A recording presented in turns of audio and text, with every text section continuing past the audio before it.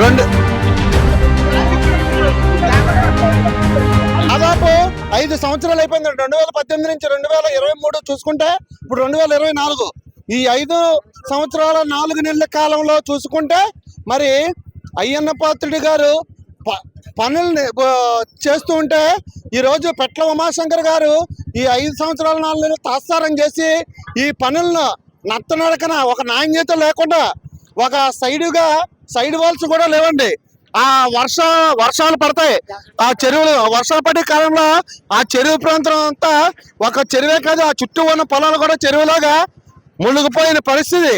ఆ ప్రయత్నంలో మరి తారు వెనకాల ఉన్న మట్టి మొత్తం కొట్టుకుపోయి మరి రోడ్డు మొత్తం పోతుందండి.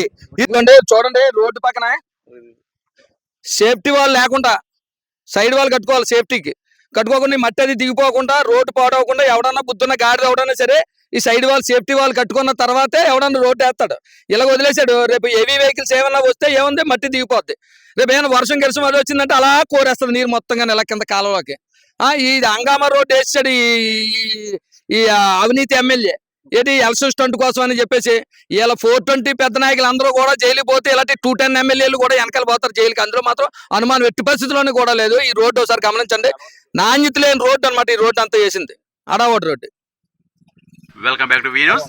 దేశానికి 2వ స్వాతంత్రం తెచ్చినట్లు ఎమ్మెల్యే పండుగ చేస్తున్నారని 24వ వార్డు కౌన్సిలర్ దనిమిరెడ్డి మధు అన్నారు. 2.5 కిలోమీటర్ల రోడ్డును 900 మీటర్లు వేసి పెద్ద హడావుడి చేశారని ఎద్దేవా చేశారు. గొలుగొండ రోడ్డును అలాగే పీచు మిఠాయిలు పెంచి అలాగే మధ్యలో వదిలేశారని, అన్ని సగం పనులే అని అన్నారు. నీ అవినీతి, మీ నాయకుల అవినీతి అందరికి తెలిసిందేనే అన్నారు. అయ్యన్న కాలనీలో చందాలు పోగేసుకుని వేసుకున్న బోరుకు మరలా బిల్లు పెట్టుకుని డబ్బులు దొబ్బేయడానికి చూస్తున్న నీవా అవినీతి చేయలేదని చెబుతున్నావు.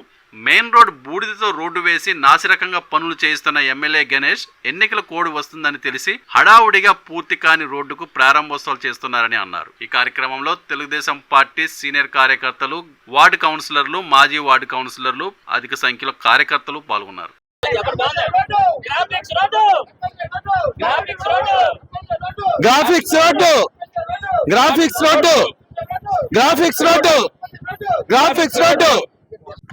అందరికీ నమస్కారం అండి.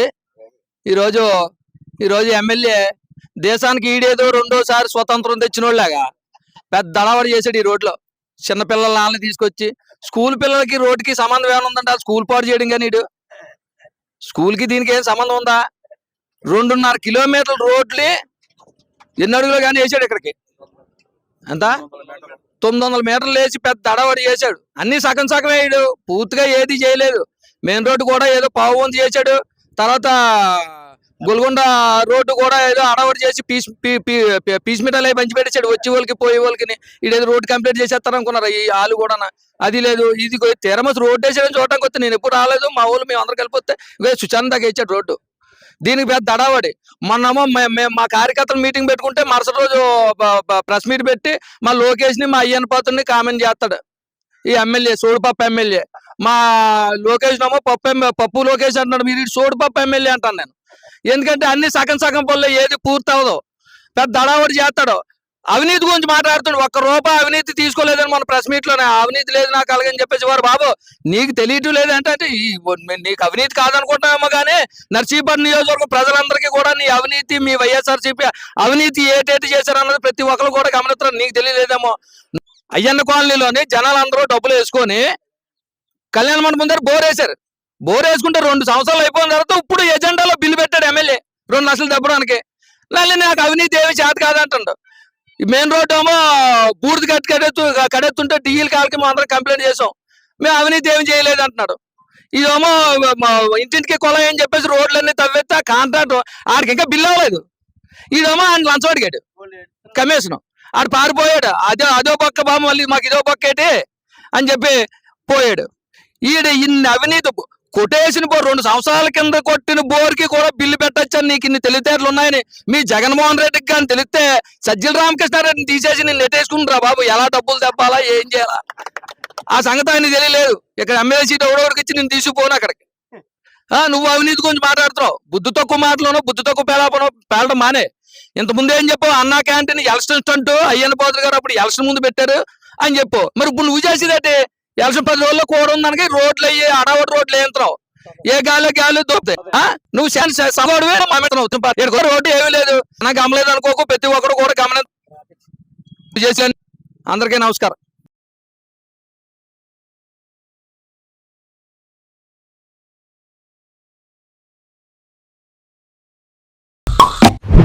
నిరంతర వార్తా సమాచారం కోసం మా వి న్యూస్ ఛానల్ సబ్స్క్రైబ్ చేయండి.